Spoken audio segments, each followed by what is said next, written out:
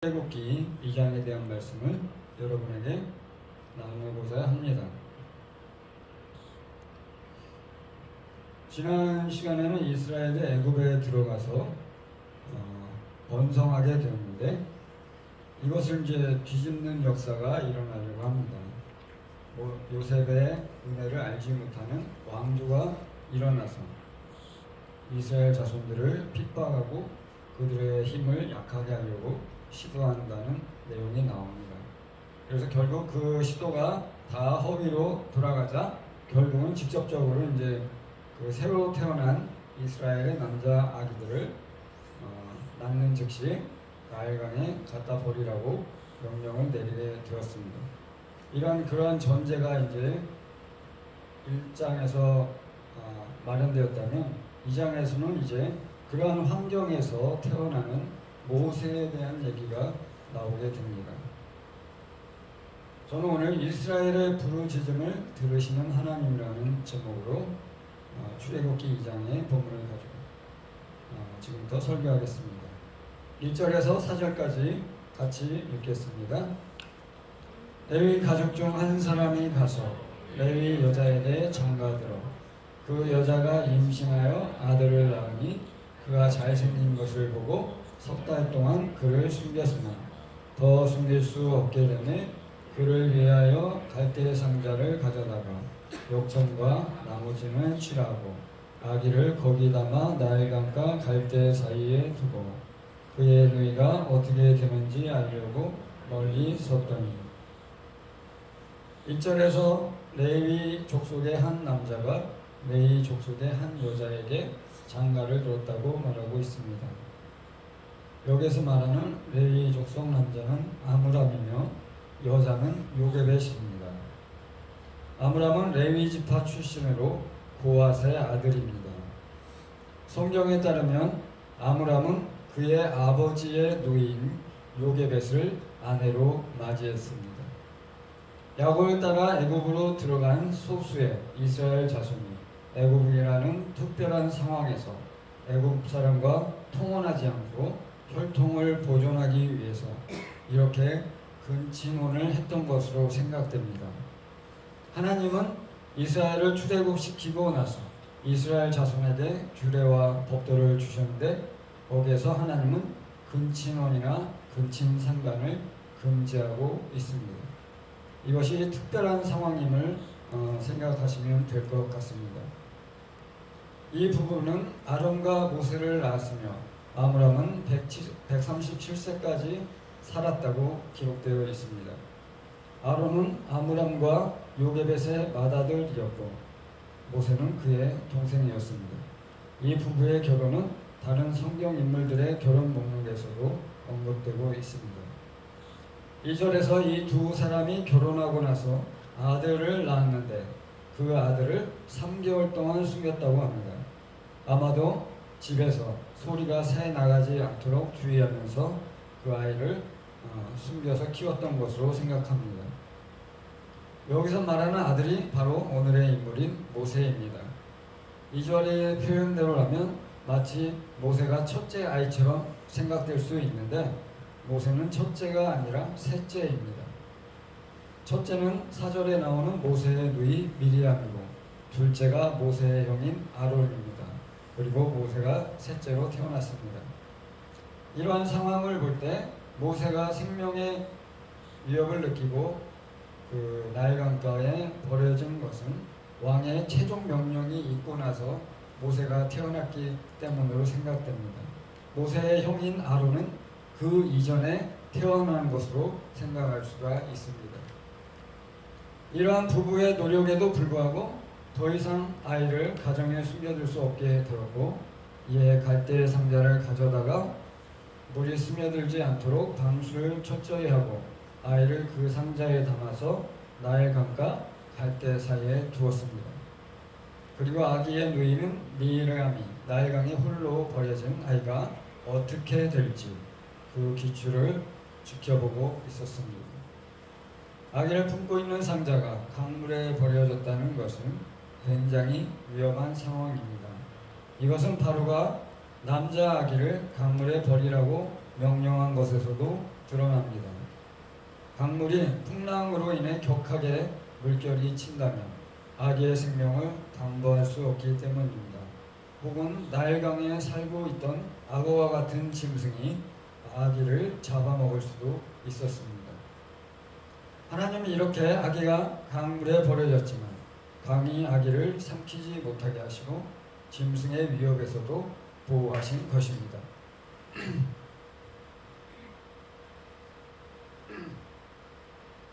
여기서 모세의 부모의 입장을 생각해 보십시오.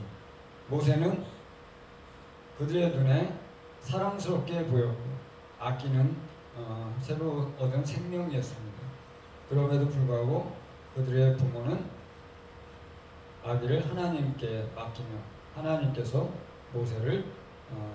모세의 생명을 지켜주시기를 바랬던 것입니다.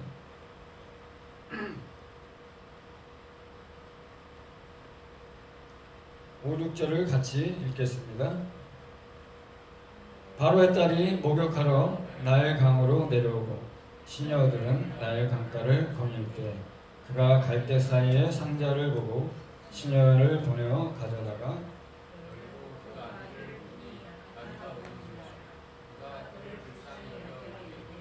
이는 히브리 사람의 아기로다. 마침 바로의 딸 즉 애굽의 공주가 목욕을 하러 나일강으로 내려왔습니다. 공주의 시녀들은 나일 강가를 거니며 아마도 사람들의 접근을 차단했을 것입니다. 그러던 중 공주가 갈대 사이에 떠있는 상자를 보았고 시녀를 보내어 가져오라고 명령하였습니다. 공주가 상자를 열어서 아기가 있는 것을 보았을 때 마침 아기가 울었습니다. 이것을 본 공주는 그 아기를 불쌍히 여겼습니다. 그리고 히브리 사람의 아기인 것을 깨달았습니다.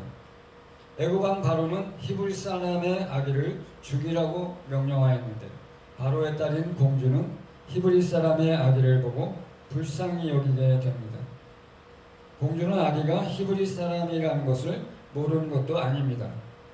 하나님은 모세를 구원하기 위해서 살인을 명령한 바로의 집안의 사람을 준비하신 것입니다. 이것이 바로 하나님이 준비하신 역설입니다. 하나님은 사람이 생각할 수 없는 방법을 동원해서 구원의 역사를 이루어 가실 수 있는 분입니다. 하나님의 아들 예수 그리스도를 이 땅에 보내셔서 십자가에 내어 죽게 하심으로 모든 인간의 죄를 사하여 주시고 구원의 길을 열어주신 것처럼 하나님은 인간의 생각과 상상을 뛰어넘는 분이십니다. 그러므로 우리가 하나님을 신뢰한다면 그리고 나의 하나님으로 고백한다면 막막하고 암담한 현실에서도 하나님의 도움과 구원을 믿고 바라고 기대할 수 있습니다. 모세의 부모와 누이가 하나님이 이와 같은 방법으로 모세를 구원하실 줄 생각이나 할 수 있었겠습니까? 그들은 아기를 담은 갈대 상자를 나일강에 띄웠지만 사실은 하나님 손에 올려드린 것입니다. 하나님이 사랑하는 아기를 구원해 주실 것을 바라고 기대하며 하나님이 어떻게 아기를 구원하실지 주목한 것이라 할 수 있습니다. 7절에서 10절의 말씀 같이 읽겠습니다. 그의 누이가 바로의 딸에게 이르되 내가 가서 당신을 위해 히브리 여인 중에서 유모를 불러다가 이 아기에게 젖을 먹이게 하리까. 바로의 딸이 그에게 이르되 가라 하매 그 소녀가 가서 그 아기의 어머니를 불러오니 바로의 딸이 그에게 이르되 이 아기를 데려다가 나를 위하여 젖을 먹이라. 내가 그 싹스를 주리라. 여인이 아기를 데려다 젖을 먹이더니 그 아기가 자라매 바로의 딸에게로 데려가니 그가 그의 아들이 되니라. 그가 그의 이름을 모세라 하여 이르되 이는 내가 그를 물에서 건져내었음이라 하라.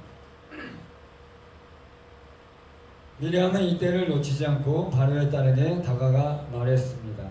자기가 가서 공주를 위해 히브리 여인 중에서 유모를 데려다가 이 아기에게 젖을 먹이게 할까요? 라고 질문했습니다. 그러자 공주가 그에게 아기를 데려다가 젖을 먹이라고 명하고 대신에 그 삭스를 지급하겠다고 약속하였습니다. 미리암의 젖지로 모세의 엄마는 자기 아들 모세에게 젖을 먹이면서도 공주로부터 대가를 받게 되었습니다. 여인이 다시 아기를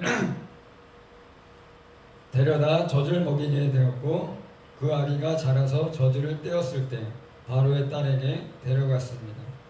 바로의 딸이 그 아기를 자기의 아들로 삼았고 그의 이름을 물에서 건져내었다는 뜻으로 모세라고 지었습니다.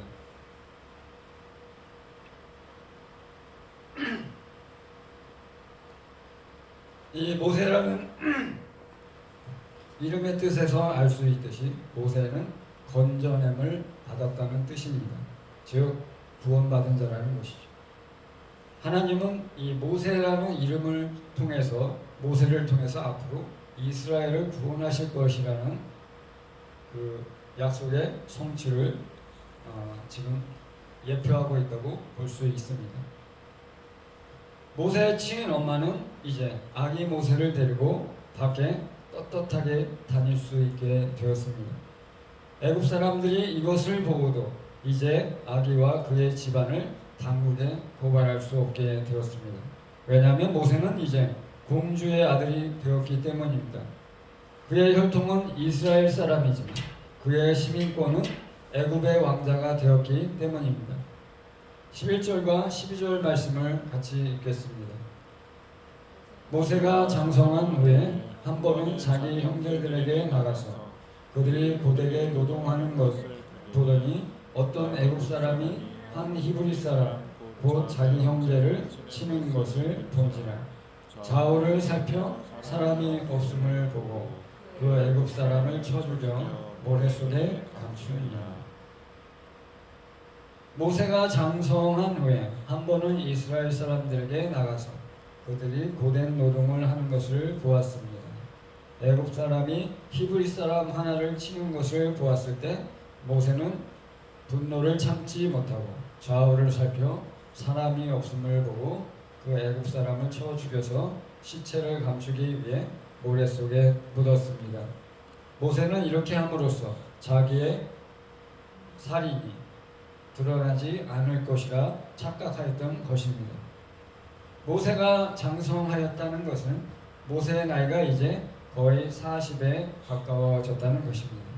왜냐하면 성경에서 모세가 애굽 사람을 쳐 죽이고 미디안 광야로 도피한 것이 40세였다고 기록하고 있기 때문입니다. 사도행전 7장 23절과 24절 말씀 제가 읽어보겠습니다. 나이가 40이 되매 그 형제 이스라엘 자손을 돌볼 생각이 나더니 한 사람이 원통한 일 당함을 보고 보호하여 압제받는 자를 위하여 원수를 갚아 애굽 사람을 쳐 죽이니라. 모세가 장성하여 40세 자기 동족 이스라엘 자손을 돌볼 생각을 하였습니다.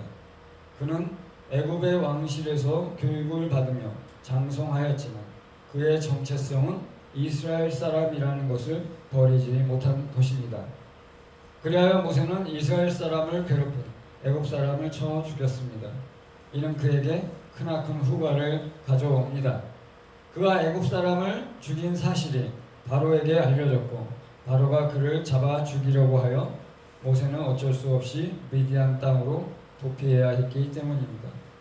이러한 모세에 대해서 신약의 히브리서는 이렇게 평가합니다. 히브리서 11장 24절에서 26절 말씀 제가 읽어보겠습니다. 믿음으로 모세는 장성하여 바로의 공주의 아들이라 칭함받기를 거절하고 도리어 하나님의 백성과 함께 고난받기를 잠시 죄악의 낙을 누리는 것보다 더 좋아하고 그리스도를 위하여 받는 수모를 애굽의 모든 보화보다 더 큰 재물로 여겼으니 이는 상 주심을 바라봅니다. 히브리서에서는 공주의 칭함받기를 아들이라 칭함받기를 거절했다. 그리고 죄악의 낙을 누리는 것을 거절했다. 그리고 애굽의 모든 보안보다 더 큰 재물로 하나님의 상을 바라보았다. 이렇게 모세의 행위를 평가하고 있습니다. 그러나 모세의 이러한 행동 방식은 그의 잘못된 생각에서 비롯된 것입니다. 첫째는 애굽 사람 하나를 죽인다고 해서 이스라엘 자손이 자유를 얻게 되는 것이 아니라는 것입니다. 둘째는 모세가 애굽 사람을 죽인 것을 이스라엘 자손이 영웅적인 행위로 여기지 않고 그를 살인자로 여기게 되었기 때문입니다. 셋째는 모세가 애굽 사람을 죽인 것이 비밀에 붙여질 줄 생각했으나 바로에게 발각되었다는 것입니다. 그리고 이로 인해 모세는 도피해야 하고 하나님의 계획이 40년 동안 지연되었기 때문입니다. 13절과 14절 같이 읽겠습니다.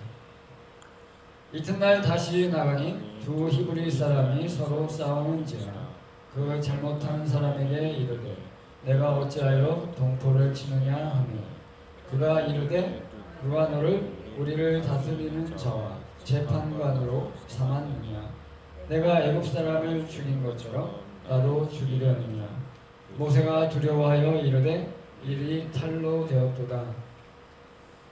다음날 모세가 다시 히브리 사람들에게 갔는데 두 사람이 싸우는 것을 보았습니다.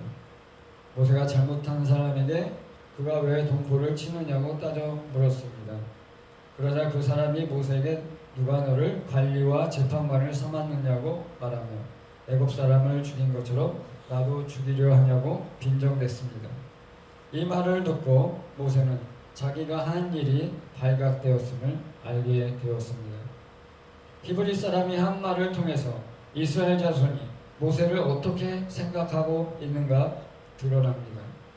그들에게 있어서는 모세는 바로의 공주의 아들, 즉 왕가의 아들이라는 것입니다. 그리고 애굽 사람이라는 것입니다. 모세가 이스라엘 사람을 괴롭힌 자에게 원수를 갚아주었다고 생각하지 않고 이스라엘 자손을 억압하는 애굽 사람과 동일하게 생각한 것입니다. 모세는 자기가 동족을 위해서 일어나면 이스라엘 자손이 자기를 따라서 일어나 애굽에 저항할 것이라고 생각했을지도 모릅니다. 그러나 그러한 기대와 반대로 이스라엘 자손들은 모세를 따르지 않고 배척한 것입니다. 그들의 입장에서 볼 때 모세는 애굽의 왕자였기 때문입니다. 15절에서 17절 말씀을 같이 읽겠습니다. 바로가 이 일을 듣고 모세를 죽이고자 하여 찾는지라 모세가 바로의 낯을 피하여 미디안 땅에 머물며 하루는 우물 곁에 앉았더라.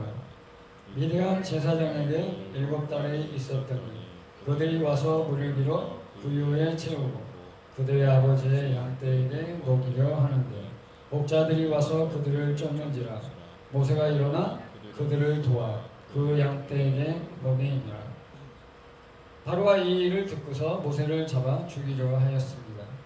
모세가 바로를 피해 미디안 땅으로 도주하였습니다. 거기서 머물며 하루는 우물 곁에 앉았습니다. 그때 미디안 제사장 딸들이 와서 물을 길어 부유에 채우고 양떼에게 물을 먹이려고 하였습니다. 그런데 목자들이 와서 그들을 쫓아냈는데 모세가 일어나서 여자들을 도와서 양떼에게 물을 먹이게 하였습니다. 모세는 이번에도 방관하지 않고 일어나서 르우엘의 딸들을 도와주었습니다. 아마도 방해한 목자들을 모세가 무력으로 쫓아낸 것이라고 생각할 수 있습니다. 왜냐하면 모세는 애굽 왕실에서 왕자 교습을 받은 엘리트였고 뛰어난 무사였기 때문입니다. 모세가 이렇게 타인의 어려움을 방관하지 않고 도와주는 것은 그의 성품이 약한 자를 괴롭히는 도리를 방관하지 않는 정의로운 사람인 것을 보여줍니다. 이러한 그의 성품이 이제 그에게 미디안 땅에서 정착할 수 있는 인연을 만나게 해줍니다. 하나님은 모세가 미디안 땅에서 머무는 동안 그를 혼자 놔두지 않으시고 그가 새로운 사람을 만나서 가족을 이루게 하십니다. 이러한 하나님의 손길을 여러분은 깨닫고 있나요? 내가 이해할 수 없는 상황을 만나게 된다면 하나님이 나를 그러한 상황으로 이끄시는 것을 깨닫게 되기를 축복합니다. 모세에게 하신 것처럼 하나님은 그러한 상황에서 하나님의 손길을 깨닫게 하시고 하나님이 나를 당신의 손길로 이끄십니다. 18절에서 20절까지 같이 읽겠습니다. 그들이 그들의 아버지 루엘에게 이를 때 아버지가 이르되 너희가 오늘은 어찌하여 이같이 속히 돌아오느냐. 그들이 이르되 한 애굽 사람이 우리를 목자들의 손에서 건져내고 우리를 위하여 물을 길어 양떼에게 먹였나이다. 아버지가 딸들에게 이르되 그 사람이 어디에 있느냐. 너희가 어찌하여 그 사람을 버려두고 왔느냐. 그를 청하여 음식을 대접하라 하였더라. 루엘의 딸들이 아버지인 루엘에게 돌아가서 오늘 있었던 일을 보고했습니다. 그리고 모세가 도와준 사실도 말했습니다.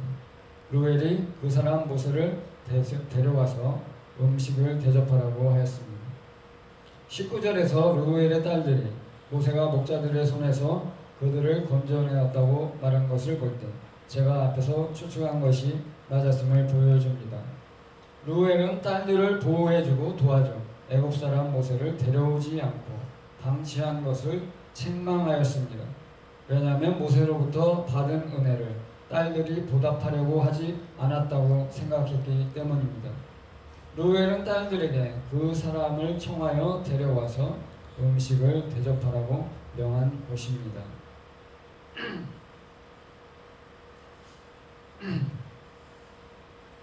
루엘의 딸들은 모세가 그들을 도와줌으로 다른 때보다 더욱 일찍 오게 되었습니다.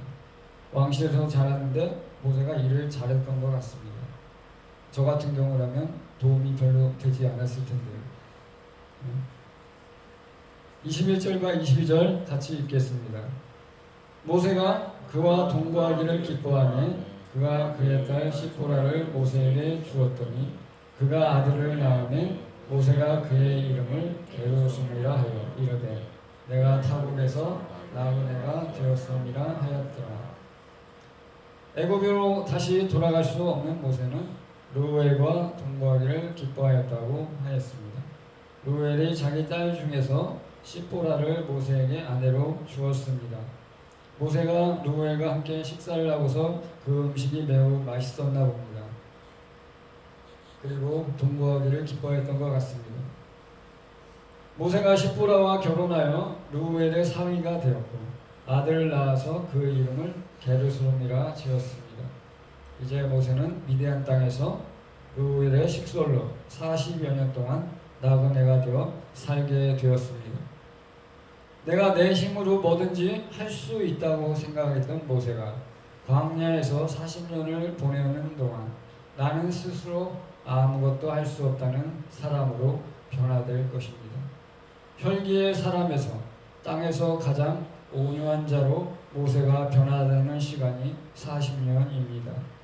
그때에서야 하나님은 비로소 모세를 부르시고 그에게 애굽으로 내려가서 이스라엘 자손을 구원해내라고 말씀하십니다. 23절과 25절까지 같이 읽겠습니다. 여러 해 후에 애굽 왕은 죽었고 이스라엘 자손은 고된 노동으로 말미암아 탄식하며 부르짖으니 그 고된 노동으로 말미암아 부르짖는 소리가 하나님께 상달된지라. 하나님이 그들의 고통 소리를 들으시고 하나님이 아브라함과 이삭과 야곱에게 세운 그의 언약을 기억하사 하나님이 이스라엘 자손을 돌보셨고 하나님이 그들을 기억하셨더라. 여러 해가 지난 후에 모세를 죽이려 했던 애굽 왕이 죽었습니다. 이 여러 해는 바로 40년이라고 볼 수가 있습니다. 그러나 이스라엘 자손은 여전히 고된 노동으로 고통을 당하고 있었고 그로 인해 탄식하며 하나님께 부르짖었습니다. 그 부르짖는 소리가 하나님께 상달되었다고 합니다. 하나님은 이스라엘 자손이 고통하는 소리를 들으시고 아브라함과 이삭과 야곱에게 하신 언약을 기억하셨고 이스라엘 자손을 돌보시고 기억하셨다고 기자는 서술합니다. 아브라함과 이삭과 야곱에게 하신 약속이 무엇입니까? 내가 너희를 큰 민족을 이루고 창대하게 하겠다. 그리고 야곱에게 하신 약속은 뭡니까? 지금 너희가 애굽으로 내려갔을 때 애굽에서 400여 년이 지난 후에 너희를 다시 데리고 나오겠다는 것이죠. 이제 하나님이 그 일을 이루실 것을 이 전조를 보여주고 있는 것입니다. 여기서 기자는 하나님을 의인화하고 있습니다. 즉 하나님이 이스라엘 백성이 부르짖는 소리를 듣고 언약을 기억하셨다고 서술되어 있는 부분입니다. 하나님은 아무것도 잊지 아니하시는 분인데 마치 잊으셨다가 다시 기억해내신 것처럼 표현하고 있기 때문입니다. 이스라엘 백성의 부르짖음, 즉 기도를 들으시고 약속을 기억해내셨다고 표현하고 있습니다. 하나님은 전혀 기억하지 못하시는 분이 아닌데 그러한 표현을 사용한 것입니다. 이것은 기자가 하나님의 백성이 드리는 기도의 중요성을 강조하기 위해서 이렇게 표현한 것입니다. 우리의 기도는 하나님의 정한 시간을 변경할 수는 없습니다.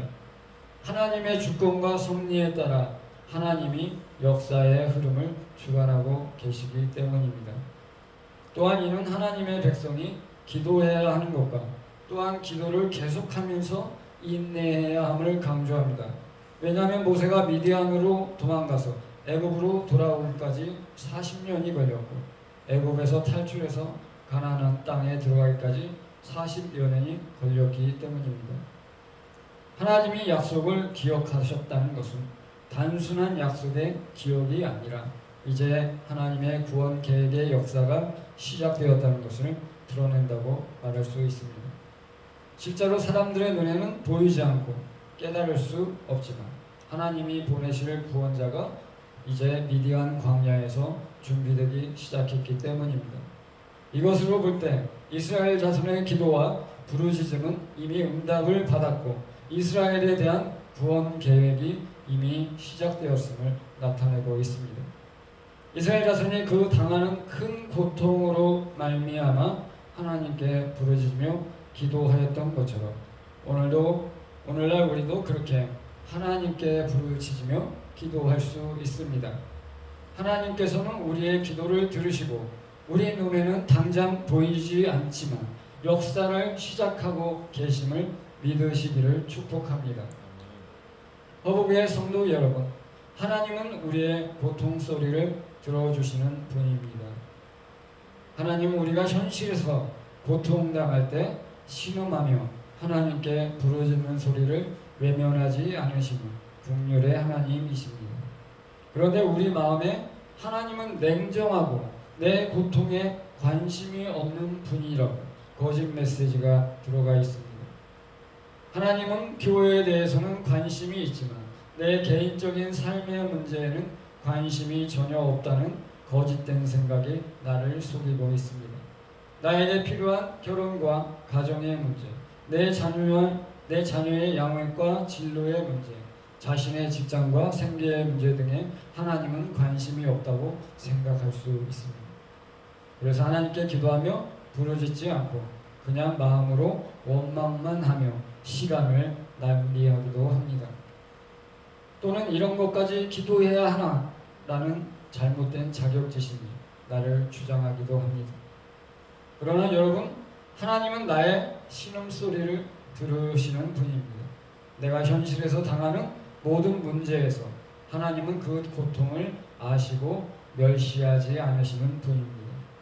은혜와 긍휼에 풍성하신 하나님을 의지하며 하나님 보좌로 나아가서 담대하게 구하여 기도하는 저와 여러분이 되시기를 예수님의 이름으로 축복합니다. 하나님은 은혜와 긍휼에 풍성하신 하나님으로 고백하며 주님께 이제 다 함께 기도하겠습니다.